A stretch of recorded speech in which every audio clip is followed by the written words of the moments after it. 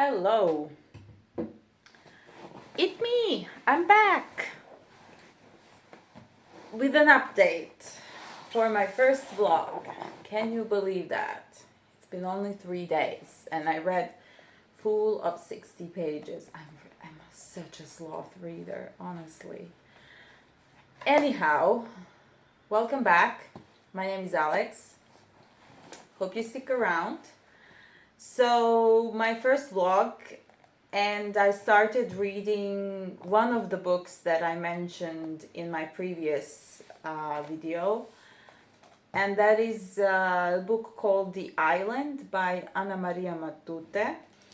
She's a Spanish author, and this book is set in Mallorca during the civil war in Spain in the 1930s. I mentioned in the previous video that it's actually set during Second World War, but that is incorrect. So I stand corrected here. I have some notes and a pen. So what is this book about? So the book is set on the island during the 1930s. The main character is a teenage girl who has moved to live with her grandmother after her mother passed away. And she is rebelling against the society. That's the first glimpse of her life that we get. The book is also written in the first person.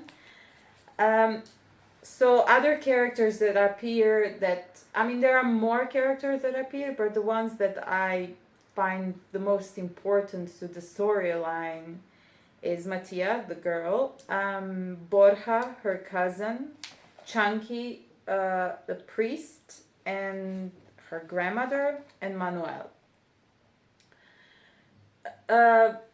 So the subject of the book is basically her mischief or her misbehavior and her resistance to the society and social norms that are imposed on her. And she is, right at the beginning, she's saying, I will not allow them to tame me. She says, they branded me rough and wild, a stranger from the peasant world, and they assured me they would alter my character. A year and a half later, in the very early spring, just after my 14th birthday, to everyone's great shame and consternation, I was expelled from Our Lady of the Angels. So she's expelled from this school, and she goes back to her grandmother, and she starts building a relationship with her cousin Borja, who she at the first explicitly says that she hates him and he's evil and he's mean. Over time, you can see that she's sort of more drawn to him, and she starts emulating his behavior. She starts emulating the way he speaks, the way he acts, the way he looks at people, like his facial expressions, all of this. So it's kind of like a love-hate relationship from her side. We don't really see, we see all of this from her perspective, so we don't really know whether the way Borja is behaving is actually how he really is behaving. We don't get to hear him from his perspective. He's also the one who's teaching her about this dark history, Majorcan dark history, that comes with the Inquisition in the 15th century and the forced conversion of the Jewish population to Catholicism, and those who refused to convert, they were either killed or they were exiled. And we learn this by him mentioning, he has these like pejorative names that he's using, not to only address this converted population of Jews who live, but also he's using these pejorative names to express his anger towards someone that he dislikes. So he often uses like expressing that someone's behavior is the same behavior as you would expect from Hueta, like this evil, despicable Hueta. That's how they are called in the book. And so yes, she learns. She's trying to understand where does this come from. Like, she's curious and she's asking questions, but nobody is really giving her the answers that she needs. And she kind of joins in, but still is on the sidelines. She's not expressing these anti-Semitic sentiments, because she's trying to understand the history of this excluded group of people, because like I said, they were converted, but still they were excluded from society. Because I didn't quite get the context, I didn't understand this historical context, so I had to look online. From the book, it's very difficult to tell. From time to time, the way the narrative is written is that she's going back and forth, so it sometimes can be very confusing. What timeline are we on? You would have like a paragraph of sentences, and then you would have in a brackets a description of something that has happened in the past. And but the transfer between these two parts of the same paragraph can be rather confusing, or at least they were to me. I'm not sure if anyone else has read the book. Maybe they can chime in and say what was their experience. So yeah, so far I think the narrative is a very slow burn. It doesn't go fast. I have read only 60 pages, and my attention have difficulty. It could be me, but it could be also the book, that I have difficulty concentrating after few pages, like maybe 5 or 6 pages to kind of follow. And I tend to go back and see if I missed something, because all of a sudden something happens and I'm like, did I miss something? And I have to go back and reread. So yeah, I looked online to in order to understand the context of the story, this historical context, and I found a very interesting article. I will link it down below. It's the most recent article in The Guardian, I think from last year, end of last year, that talks about a little bit about the history of the Jewish community in Mallorca. Yeah, so that's an update for now. I guess I will keep you posted about this. And maybe, did I have anything else to say?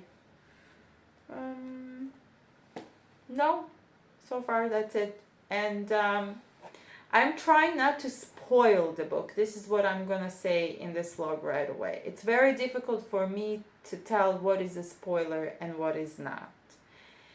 And in order to dive deeper into the analysis of the narrative and characters, I would have to reveal certain aspects, certain parts of the novel that maybe it would be a spoiler. I don't know.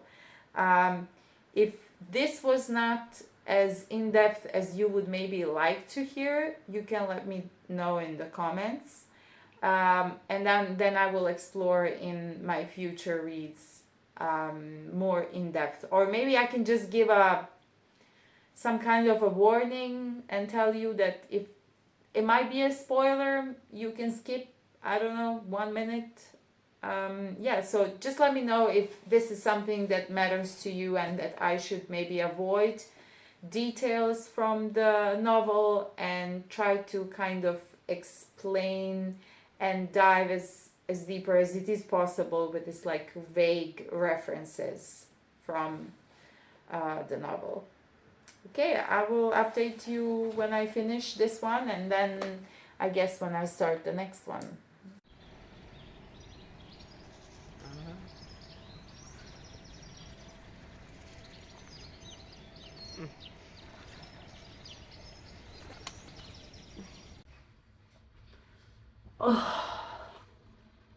take 550. I don't know how many times I recorded this today. I'm not even sure whether this version is going to be the one that I'm going to upload, but I have to do this over again. I have brain fog today. My brain is just not simply working, and I'm struggling to put my thoughts on this book in sentences that make sense to anyone else but me.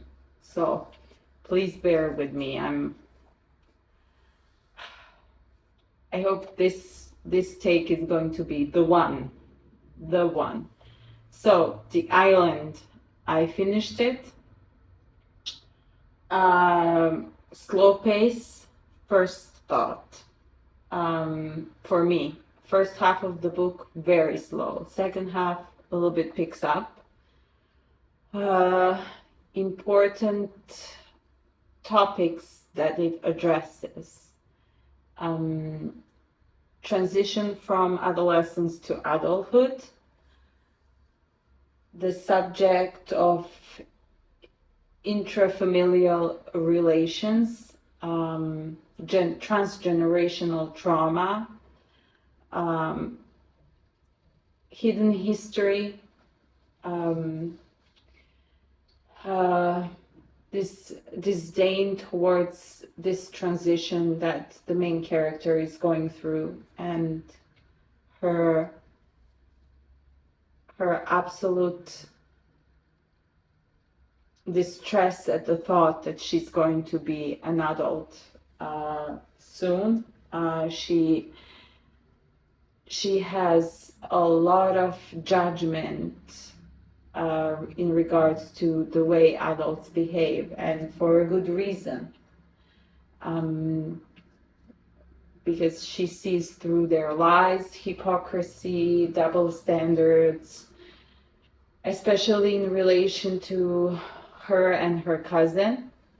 There is obviously a double standard in how her grandmother is treating her and her cousin Borja.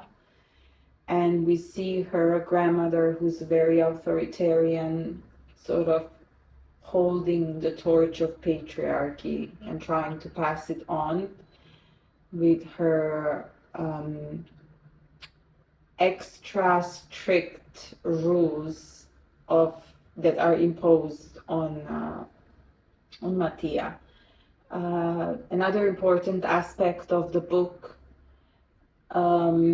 is, of course, the historical context and socio-political relations at the time.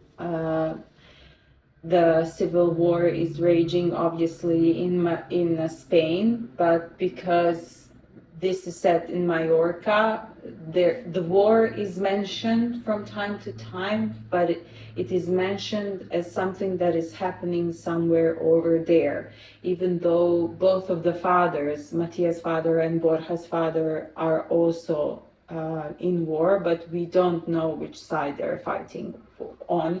It's not mentioned until like maybe 20 pages before the ending. So there's that aspect, and of course it's also tackling this history of Inquisition and exclusion of forcefully converted Jews. And she uses this as sort of like a metaphor for the civil war. And there are like bits and pieces here and there that the author is kind of using like symbolism to present who is on Franco's side and who is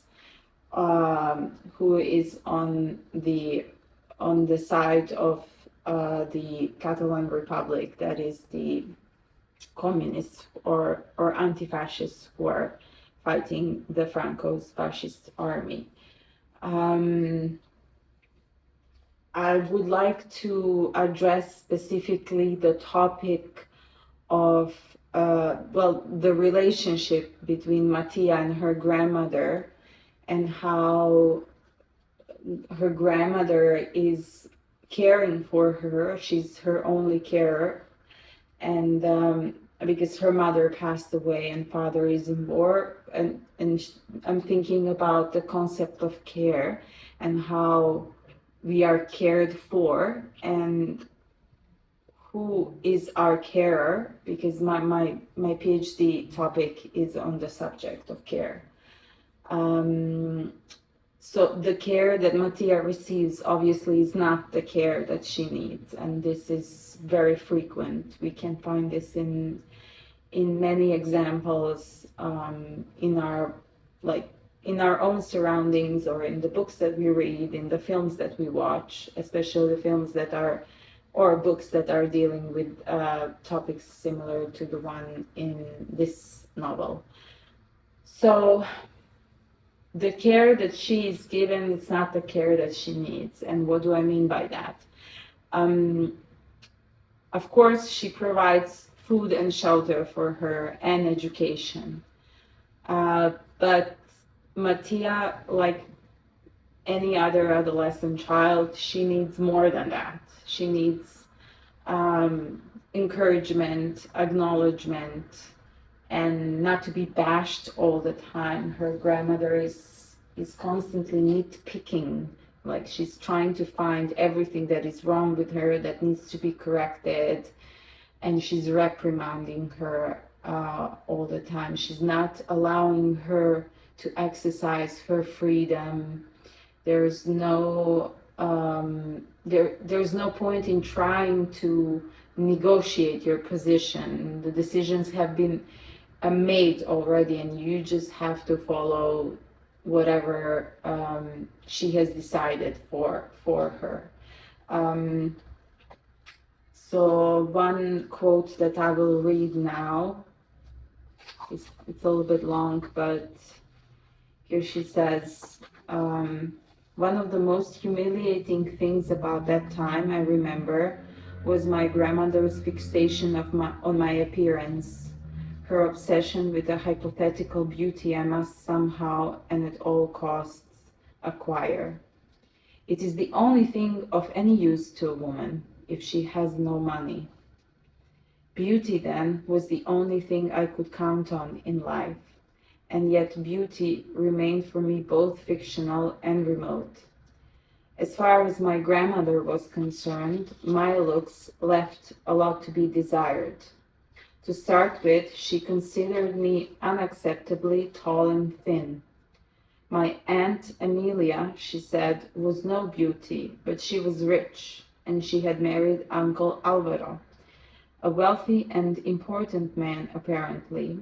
My mother had been attractive as well as rich, but she was a silly, romantic girl who let her feelings get the better of her, and she had paid for that dearly. My father, she said, was an unscrupulous man, full of warped ideas which made him squander my mother's money and ruined their family life. Men like that should never marry. They saw evil wherever they go. It was fortunate, in her view, the marriage had not lasted. My mother died before there could be a scandal. It was important then to guard both one's money and one's looks, as they could be double-edged swords. And on the next page, her grandmother, this is a quote, direct quote, how her grandmother is actually addressing her. Always outdoors, like a common rascal. Dear me, what a hopeless case. Big mouth, wide set eyes. Don't squint. You'll get wrinkles. Shoulders back, head up. Bite your lips. Moisten them. And this is exactly what I was talking. Her grandmother obviously is a product of patriarchy, and she is now trying to transfer this patriarchy. She's imposing this patriarchy onto Mattia. She has certain expectations of how a girl her age should behave. And we see that this is the exact reason why Mattia is struggling to have love for her grandmother, because at the same time her cousin is treated very differently. Even though he is more mischievous, he's stealing, he's lying, he's deceitful, he's very manipulative, and adults seem to be aware of this, but they are kind of brushing it off. They are not reprimanding him in any way for his behavior. If you're interested to explore the topics that are in this book, I would recommend it, but I would also say if slow books are not your thing, then maybe you should give it a pass. I'm not sure. The ending, that's another thing I would like to mention. The ending is heartbreaking, just like the whole novel itself. It's really heartbreaking reading the conditions under which she is being cared, under quotation mark, cared for. I'm interested, now that I will start reading the second novel, I'm interested to see how that novel is going to, what kind of a contrast there's going to be, because they are tackling the same subject, and that is the subject of youth, adolescence, and transition to adulthood. So I'm very curious to see how these two novels are going to contrast. And in my updates that I'm going to additionally record, my brain is not working. I'm very slow. I'm going to address that as well. So overall, I think for this first vlog, I'm satisfied with the choices of the books that I made, and I'm looking forward to see how I approach the second book, and whether how much the reading of the second book is going to be contrasted, or how much the reading of the first book is going to affect my understanding of the second book or experience of the second book, Three Summers by Liberaki.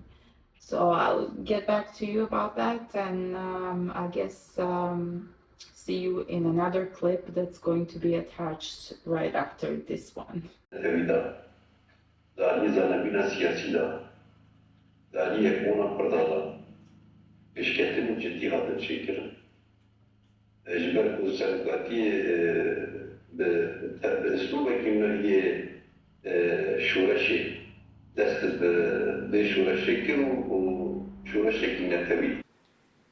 Another update.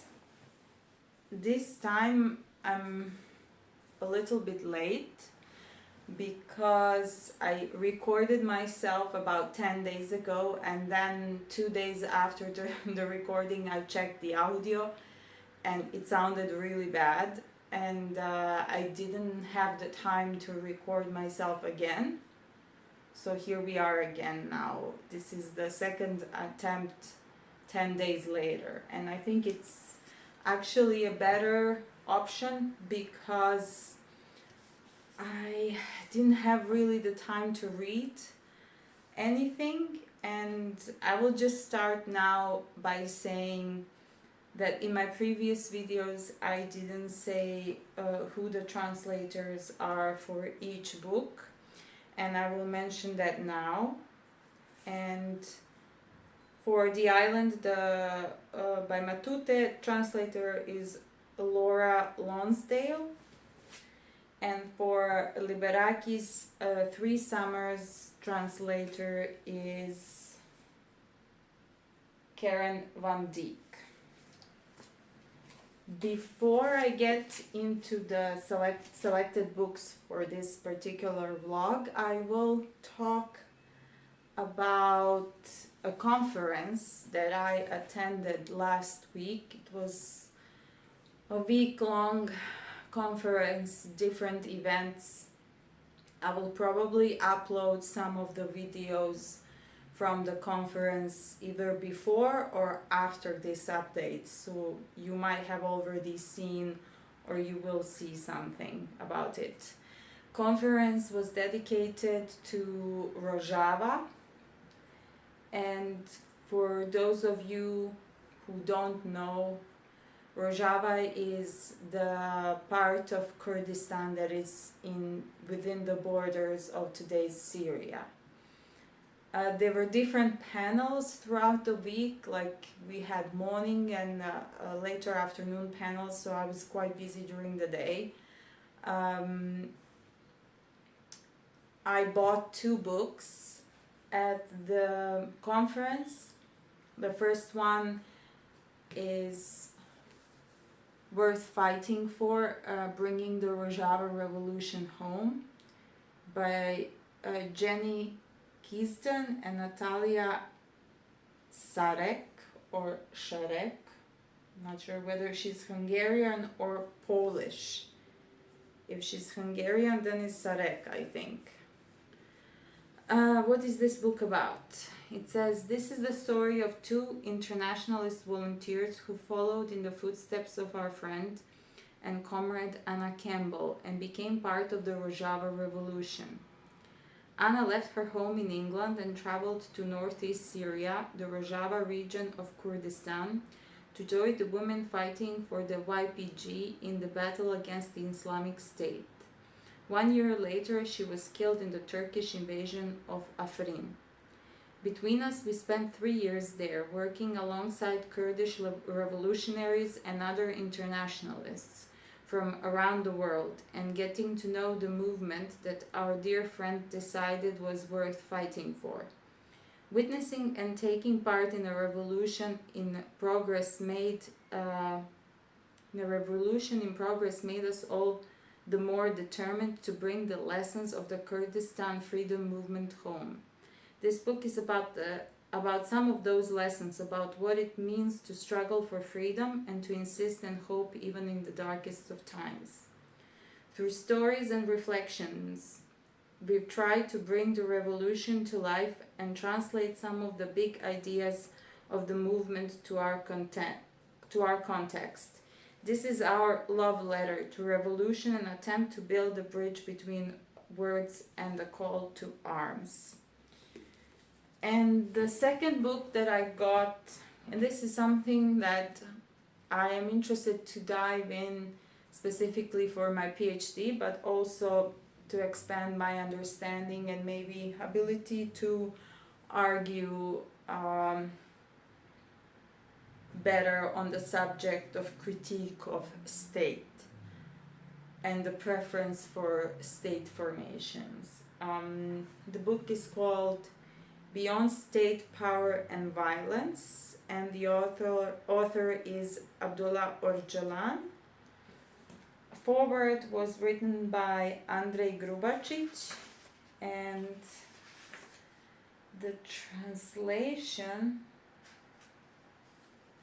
let me see if there is, I do not see here. Just a second. I should have checked this before I started filming, but obviously I made a mistake. It doesn't say.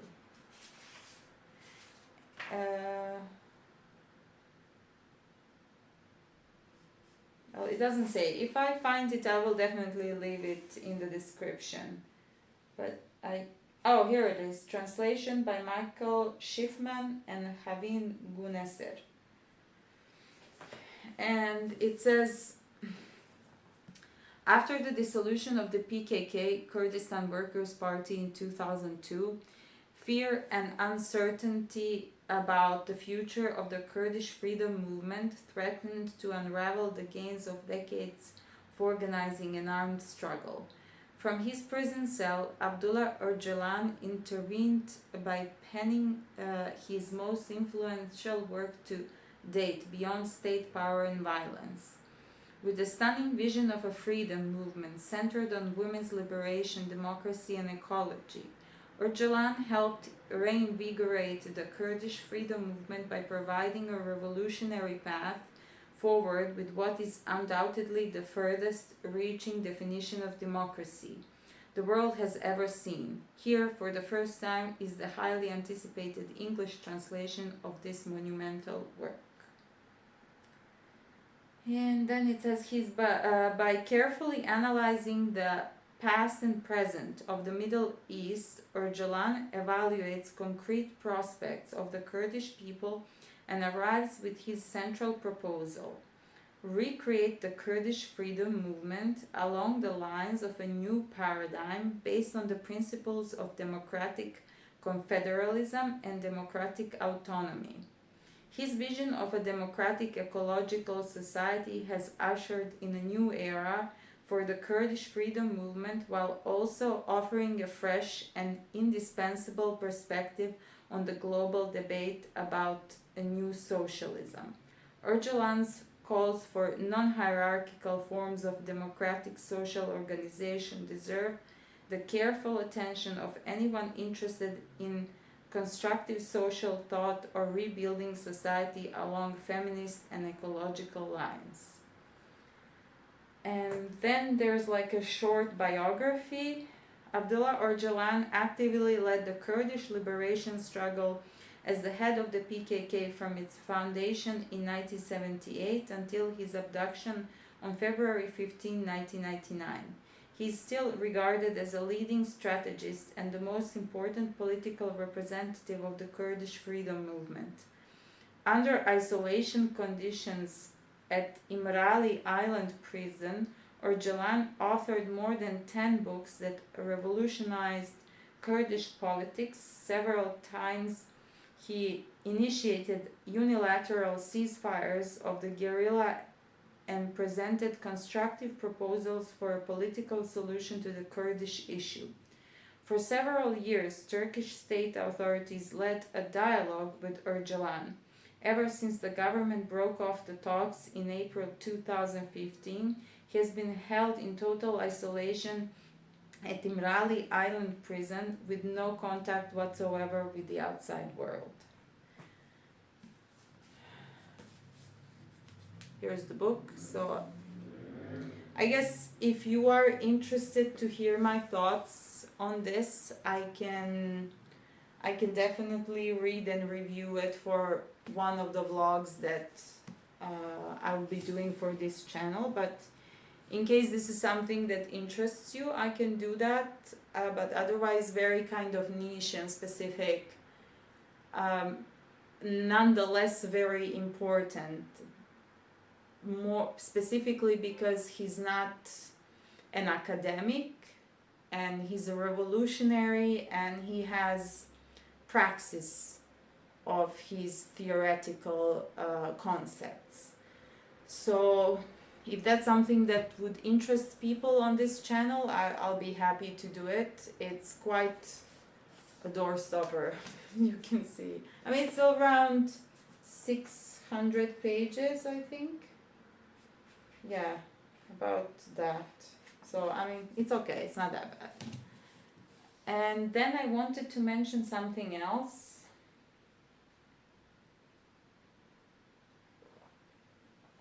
Let me grab my phone.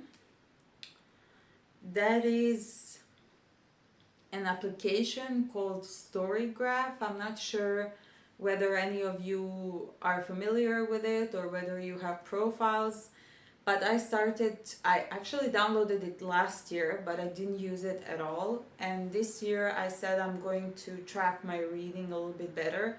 So I am tagging all the books that I'm reading, including books that I read for my PhD.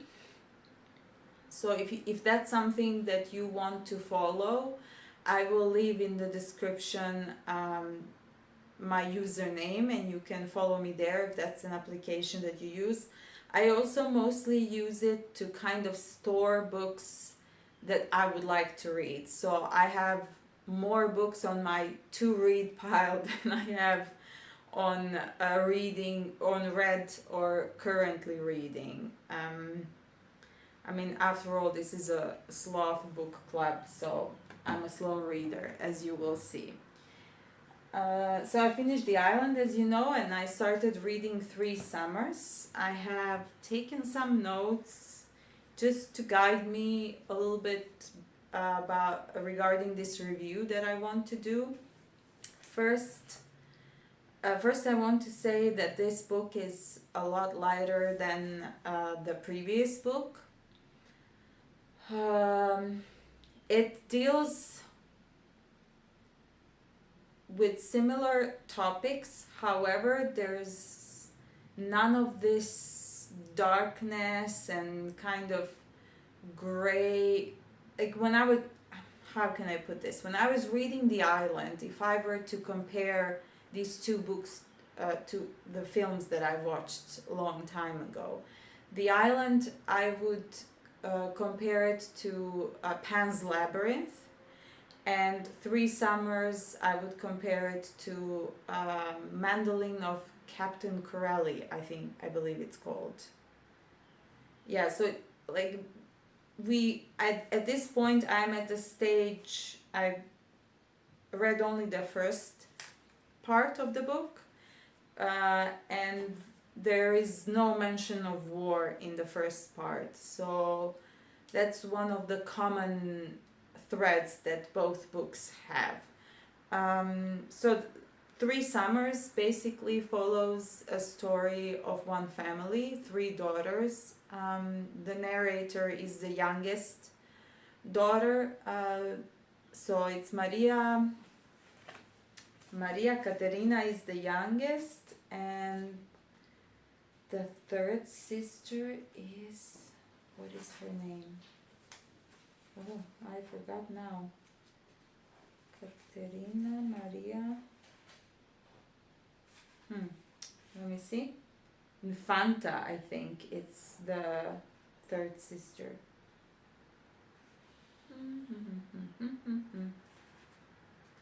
I stand corrected if I'm wrong, but I'll check it later. So Katharina is the one telling the story, and she's the youngest. She's 16, so you get a lot of this kind of teenage self-centeredness, kind of a lot of tantrums,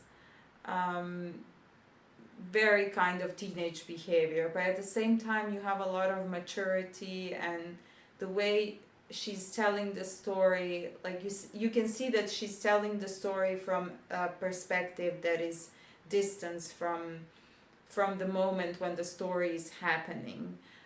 So that's really interesting to see how she's actually addressing at this point in time. I guess she's grown up.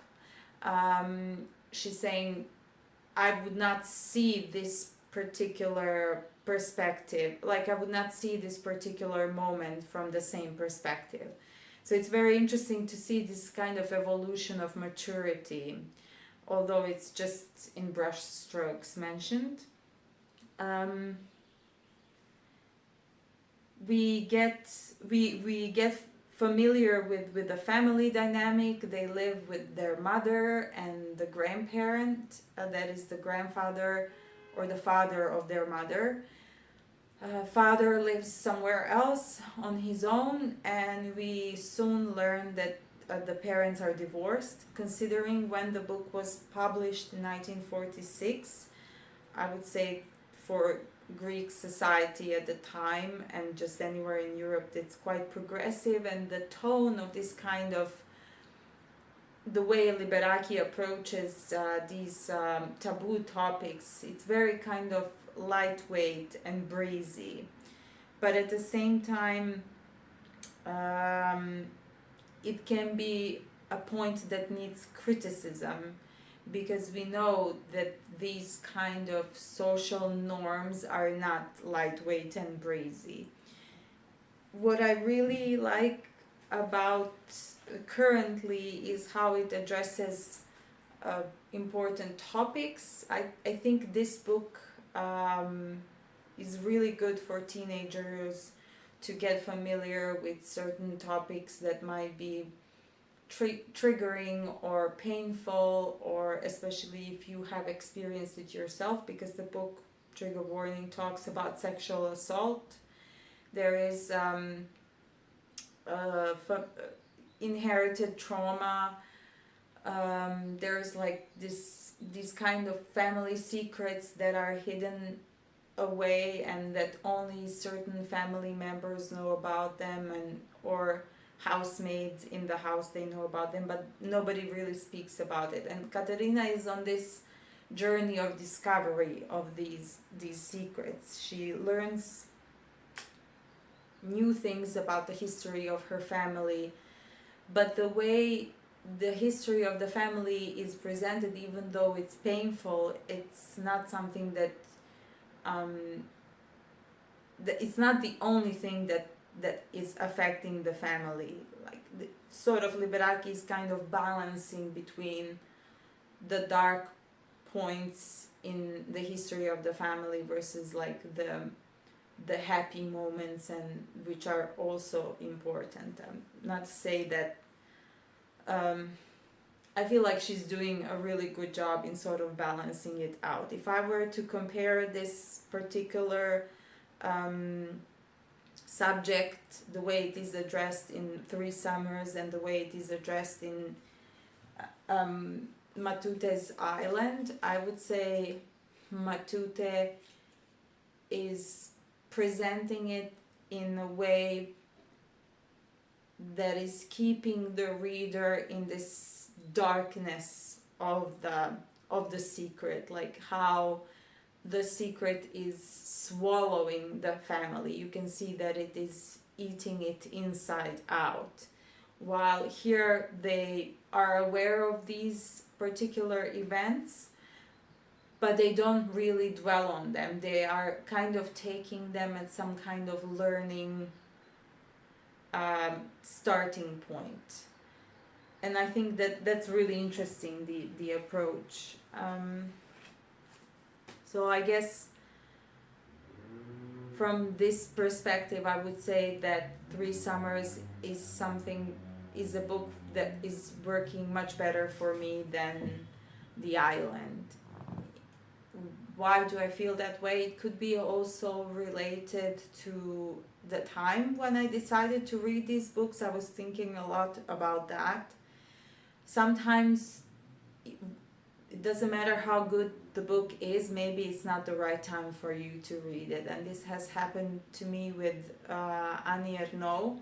I picked one of her books last summer, and it was just not working for me. And then I left it, and some months later I picked it up again, and it was a pure pleasure for me to read it. So maybe with The Island it could be the same, because you really have to be in a specific mindset to be able to read The Island.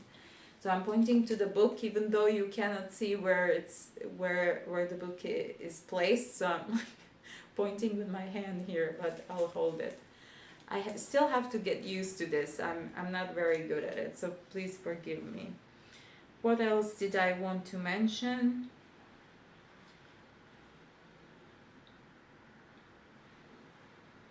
Yeah, I don't think I will go into great detail regarding the family secrets and specifics that they talk about so far, because that would be also spoiling the book. However, I'll just mention it here. If that's something that you would like me to do, like go into greater detail in analyzing the narrative and mention more detail of it, I will do it. But I don't think in particular there's anything specific that any passage that I would read now. There's one thing that I would like to mention, and that is the glossary of Greek names. I would have actually appreciated if it had the spelling in Greek alphabet as well, rather than just the English spelling of the names. And Another thing that I found very interesting is the translator's note, because I believe this book was first translated in 1995, and the translator's note says, this novel was first published in Athens under the title The Straw Hats. This translation is from the 30th edition published by Kedros. With the permission of the author, I have cut some passages that seemed overly specific for an English-speaking audience, sometimes following the French translation. Translated by Jacqueline Pelletier, published by Gallimard in 1950. I found this very interesting, that she would actually cut out certain parts of the book, because I speak Greek, but my Greek, because I don't use it very often, I'm not sure whether I would be able to read it in Greek, although I would like to now, after I finish it in English, to maybe just to see what were the passages that they cut out, and to compare the translation to the original text.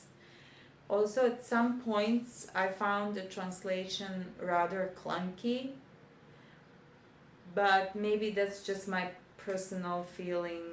I don't know. I guess I will have to go to the original to be able to comment further on the translation. So yeah, that's about it from me for today, and I'm hoping that I will finish this book by the end of the week, and then I will put the video together and upload it. I hope it's not gonna take me a long time, because this is going to be the first time that I'm gluing all the clips together and editing and cutting and whatnot. I still have to figure out how I'm going to do that, but it's a process, a learning process in all aspects. And yeah, so that's it for now. Oh my god, 24 minutes. This is too much. Too much. I will wrap it up in the next clip.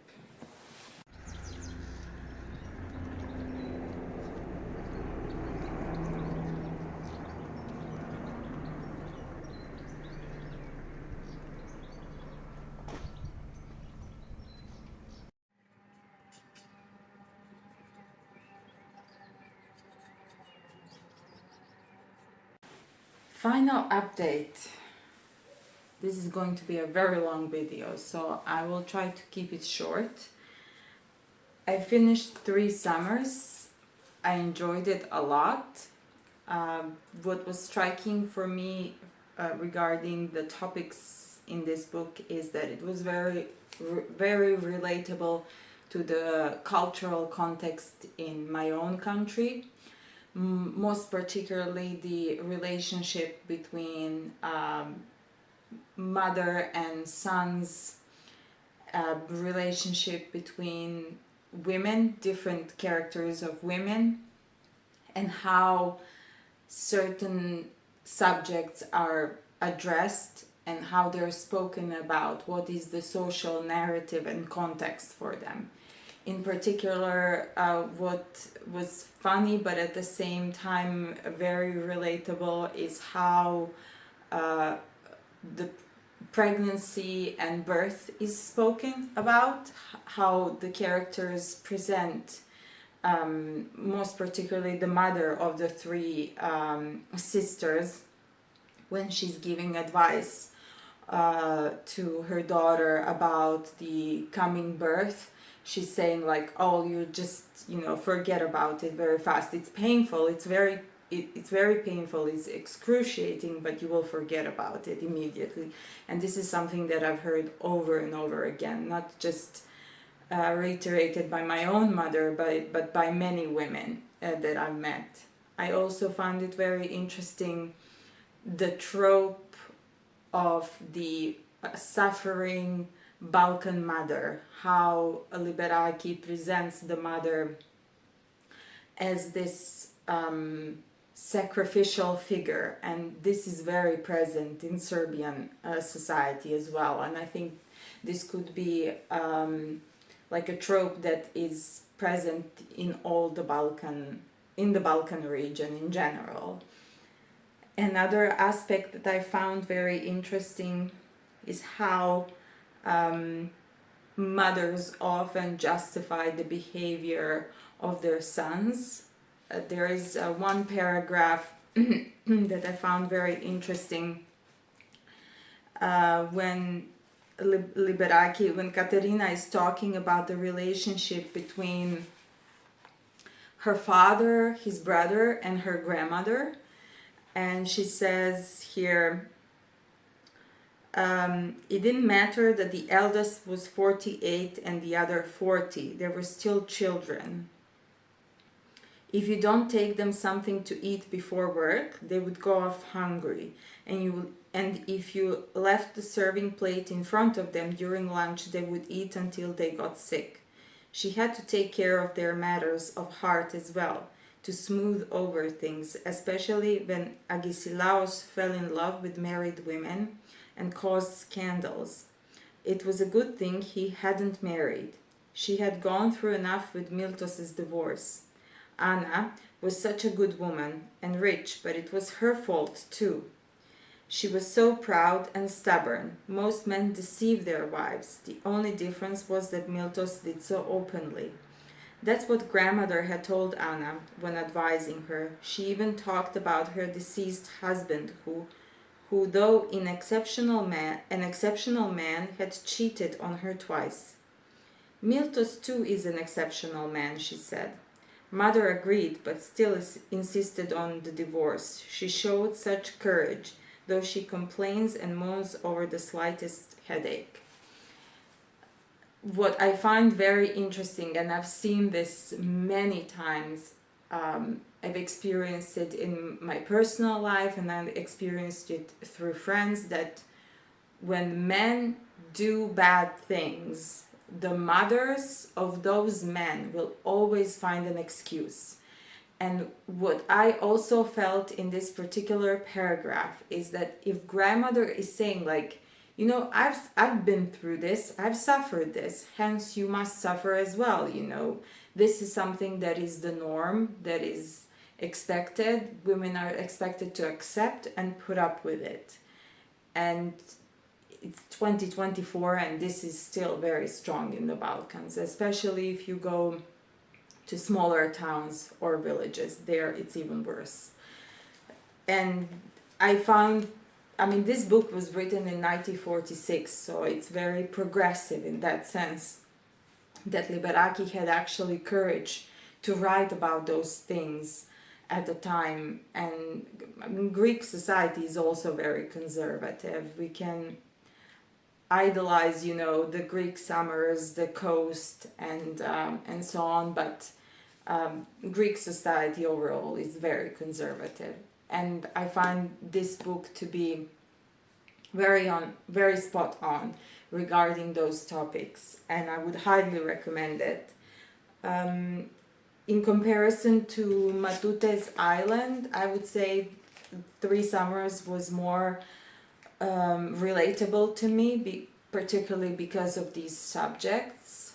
And I also appreciated the tone, as it was written in a more kind of brighter atmosphere. There was more light, there was more, you can feel that it was a summer when all these events were taking place. While in the island, even though it's a summer, that when the story is taking place, it still feels very dark, very gloomy. I have to say one thing, that in this book there is no mention of war, very little of it. So in that context, you don't really get a sense that there is war looming or that it is happening, especially because Greece was occupied by Germany, and the German military killed like a lot of civilians in Greece. So I didn't really, there was none of that. So I mean, I don't know what was the idea behind, what was the idea that Liberaki had to just kind of omit this aspect. But one other thing that I'm going to address is going to be the final thing, because before I wrap it up, is the character of Ruth, who speaks of her father, and she says it's relatable to current affairs. She says, "I don't know why, but one day Ruth showed me a photograph of her father. He looked exactly like David, except that his nose was crooked, whereas David's was Greek, fortunately. Their voices are also very similar," said Ruth, "and the way they move, particularly the way they move their hands. Oh, and when father spoke of the history of our people, only to hear his voice and see his hands made you cry." Ruth was serious now. "He was a Zionist," she said dreamily. I looked at her.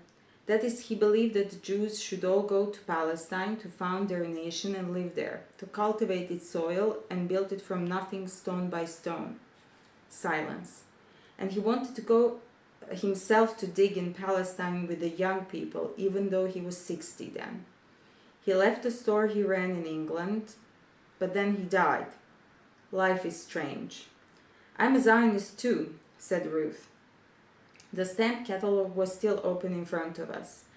"Except that I am not made for digging and such. I miss Stavros a lot," she said. "Stavros is David's father. I often dream of him." I don't think I need to add anything to that. And finally, to conclude this video, I will talk about just briefly mention the 2 books that I will do for the next vlog. So if you want to join me, you are very welcome if you want to read with me.